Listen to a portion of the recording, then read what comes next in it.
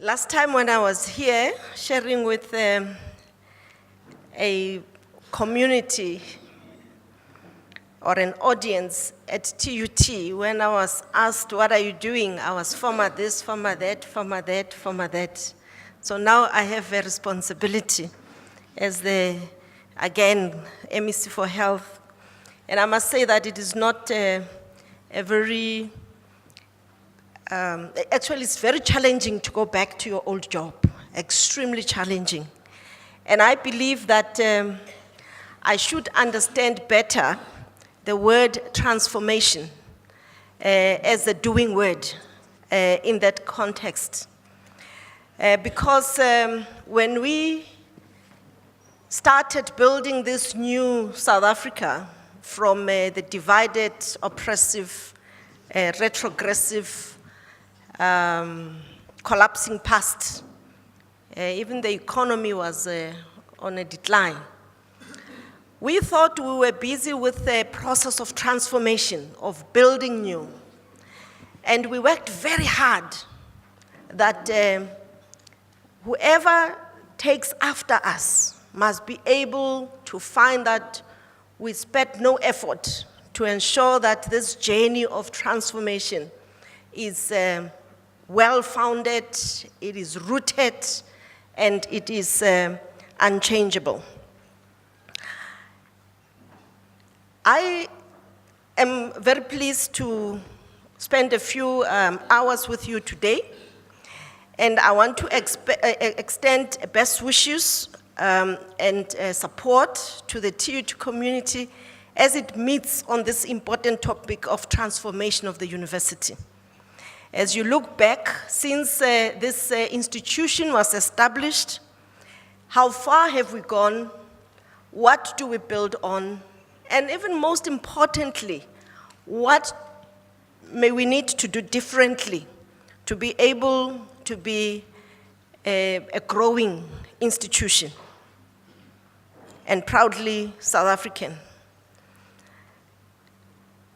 It is also pleasing that members of council, the executive, led by the Vice Chancellor, staff and students are gathered here today to chart the way forward for the university as a transforming higher education institution in service of its students, staff, local communities, country, and indeed the region. And I want to congratulate you, Vice Chancellor, Professor van Staden, and Principal, who continuously provide leadership in enabling this university to take the next steps in your transformation journey. And this by creating and developing together new transformation narratives that will provide direction for the years to come. As an institution which is proud to be the people's university, and I hope you understand the depth thereof, each one of us, there are indeed areas which require attention, such as institutional culture, gender, equality, social inclusion, as well as ensuring that the academic and research project engages with issues of decolonialization and Africanization, whatever those means. I think there's enough of intellectuals here to unpack these terms. As long as we never forget that we are but fellow human beings that need to be caring and that would need to strive continuously for excellence and human solidarity. The recent statement that came out of the National Policy Conference of the ANC, which took place on the 30th of June to the 5th of July at Nasrec, affirms the important role of higher education where, and I quote, education remains an apex priority of government's pro-poor policies, and that it is a central pillar of our fight against the triple challenges of poverty, inequality, and unemployment, as outlined in the National Development Plan, Vision 2030, and that failure to accelerate inclusive access to higher education and training directly threatens the achievability of this key goal and objective, I close quote. It is thus my hope that this TUT Transformation Summit will be an empowering and inspirational event for the university as we collectively seek actual practical changes to the core business for the good of society. I just want to share with you, and maybe before I get off the stage, also acknowledge that today is the day that one young man, 30-year-old, an intellectual par excellence, an activist for justice, was brutally murdered. And I have the unenvious position of going to deliver a lecture in his honor, and that is Bantu Stephen Biko. I've been going through a lot of literature, from development, from writings of scholars from the perspective of development studies, to philosophers, to leadership, and I thought that this text, which I'm going to share with the audience this afternoon, would also be appropriate for today.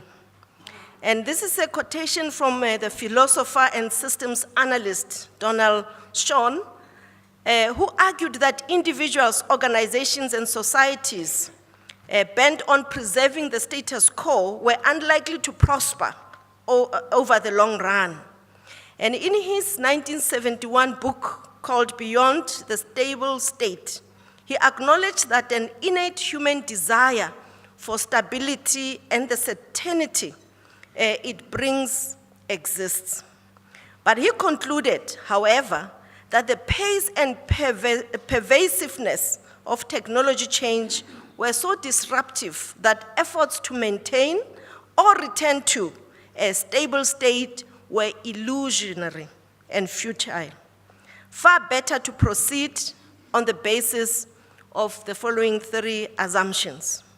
And I want to leave that with you. Firstly, that the loss of this a stable state, even in this institution, means that our society and all its institutions are in continuous process of transformation, your subject matter today, and that we cannot expect new stable states that will endure even for our own lifetime. Secondly, that we must learn to understand, guide, influence, and manage these transformations. We must make the capacity for undertaking them integral to ourselves and to our institutions. So transformation must be a way of life.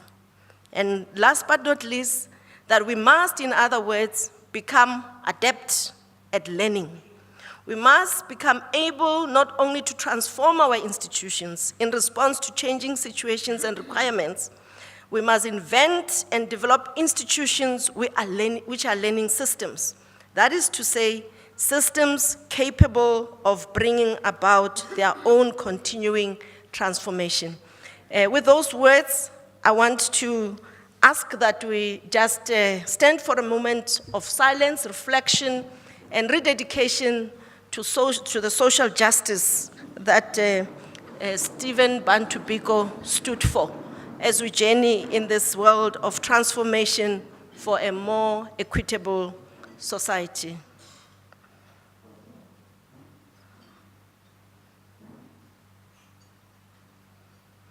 Thank you. Let's all strive to make a better life for all in our country.